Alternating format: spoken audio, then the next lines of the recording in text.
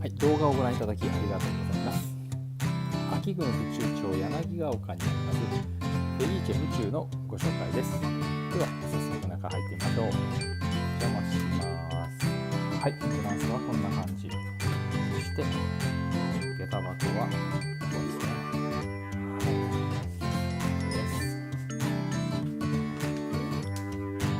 入ってすぐのところがこんな感じでね、窓がついてますのでとても明るいお部屋です。そしても入ってすぐのところ、こちらが10畳の LDK になっております。はい、対面式のキッチンでとても綺麗なお部屋です。はい、こんな感じですね。キッチンが、はい、シングルレバーの混合線の、キッチンですね。今度は横口です。大皿の感じです。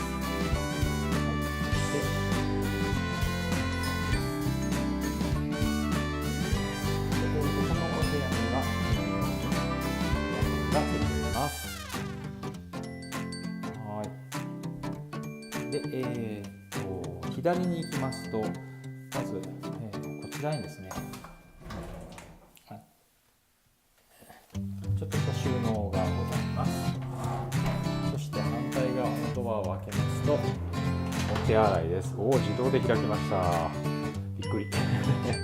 ということで、とても綺麗な清潔な、ウォシュレットがついております。はい、こんな感じですね。ちょっとしたボールキャビネットがついております。そしてこちらが洗面脱衣所になります。室内の洗濯機置き場、それからこちらにシャンプードレッサーがあります。で、その奥がお風呂ですけれども、ご覧ください。とても清潔なお風呂です。はい。このお風呂にはこのような形で浴室乾燥機がついております。はい、では奥のお部屋に行きます。奥のお部屋が、このような形になります。5畳弱ですね、広さは。はい、こんな感じですね。で、収納はですね、こちらにございます。